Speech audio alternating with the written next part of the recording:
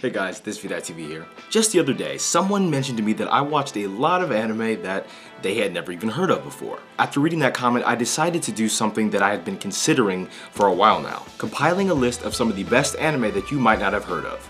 But this list won't be structured like you might expect. Instead of just giving you a list of shows ranked in order of their quality, this list will be ranked using two different categories: how good I thought the series was and how popular the series is. So a series that is great but relatively popular could be ranked lower than a series that is good but relatively obscure. My hope is that even a seasoned otaku will be able to find and enjoy an anime that they've never heard or seen before. I know that there may be some people that have actually seen every anime that will be mentioned on this list, and that's perfectly fine because there are probably just as many people who haven't seen any of them. Okay, now that that's out of the way, here are the top 10 anime that you've probably never heard of. Number 10. Heaven's Memo Pad. Narumi Fujishima isn't your typical high school student. He's never really fit in and has become increasingly more isolated from his fellow classmates. But he's not alone. When Ayaka, the sole member of the gardening club, introduces him to the reclusive girl who lives above the ramen shop, Narumi enters a new secret world. Alice is a NEET, someone who is not employed, being educated, or in training. But as Narumi quickly discovers, that doesn't mean that she's doing nothing all day. In between tending to her small army of stuffed bears, Alice is an expert hacker and a very exclusive private detective. To his surprise, Narumi finds himself drafted as one of the strange but elite team of associates that Alice has assembled from her NEET acquaintances. Together, they'll battle gangs, thieves, murderers, and drug lords. And in the middle of it all, Narumi will find his life changing forever. Number 9. Kanan. Osawa Marie is a Japanese photographer currently working in Shanghai, China.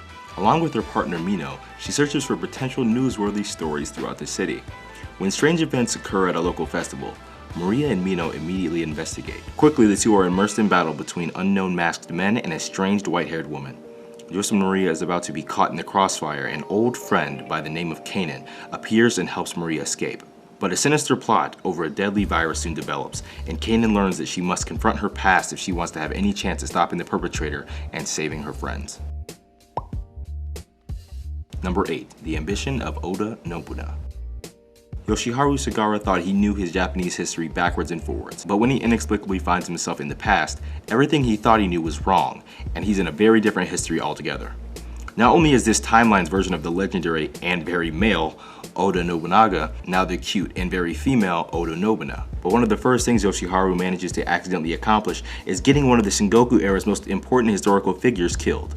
Still, when you're stuck in the past and have a semi-reliable knowledge of one possible future, and there's now a vacancy in the history books, what's your best present course of action?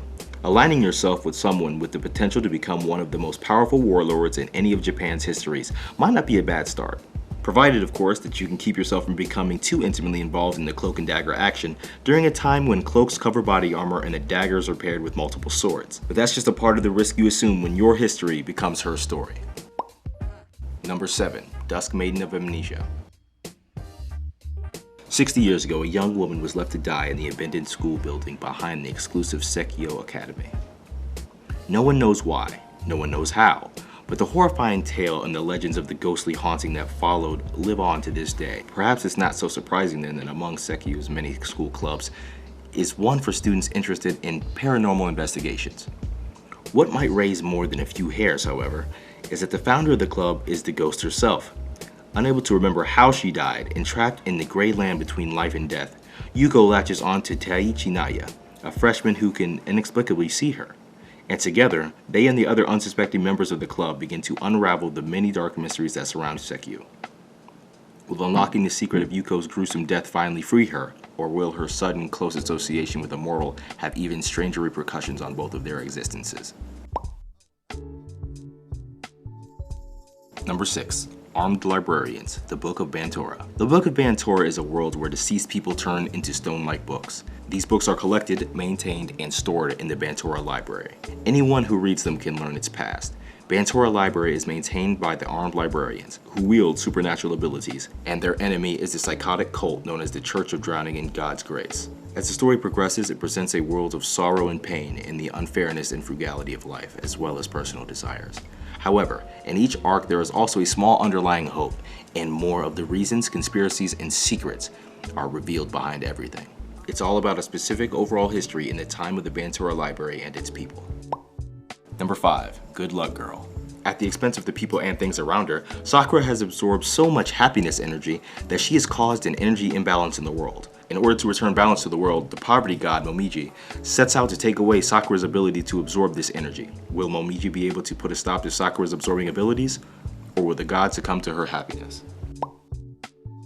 Number 4. Tokyo Magnitude 8.0. The premise of the project is a 70% possibility that a magnitude 7.0 earthquake will occur in Tokyo within the next 30 years. The anime depicts what would happen if an 8.0 earthquake took place. The story centers on Mirai, a middle school freshman girl who goes to Tokyo's artificial Odaiba Island for a robot exhibition with her brother Yuki at the start of the summer vacation. A powerful tremor emanates from the ocean trench. The famed Tokyo Tower and Rainbow Bridge crumble and fall, and the landscape of Tokyo changes in an instant. With the help of a motorcycle delivery woman named Marie, who they meet in Odaiba, Mirai and Yuki strive to head back for their Setagaya home in western Tokyo. Number 3. Bertie the Mighty Decode. Federation investigator Bertie chases the space criminal Giga through space to Earth, where he hides in the entertainment industry under a human disguise. Bertie goes undercover herself, posing as a famous model known as Arita Shion, that often uses a space girl look. A male student, Senkawa, stumbles upon a fight between the two one night in an abandoned building, only to be severed in half as he is used as a shield by Giga against Bertie. Bertie saves him from imminent death in some fashion, but Senkawa's body and life are now changed and permanently linked to Bertie. Come watch Bertie and Senkawa's unique journey as two become one in Bertie the Mighty Decode. Number 2. Tenchi Muyo War on Geminar.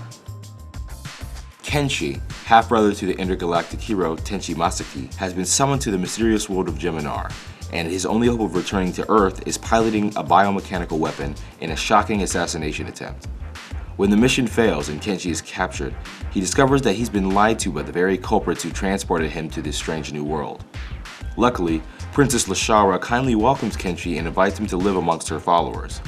Now, caught up in a political whirlwind and hotly pursued by Geminar's female population, Kenshi must find a way to get home while the civil war erupts all around him. Before I reveal the number 1 anime that you've probably never heard of, let's take a look at our 2 honorable mentions.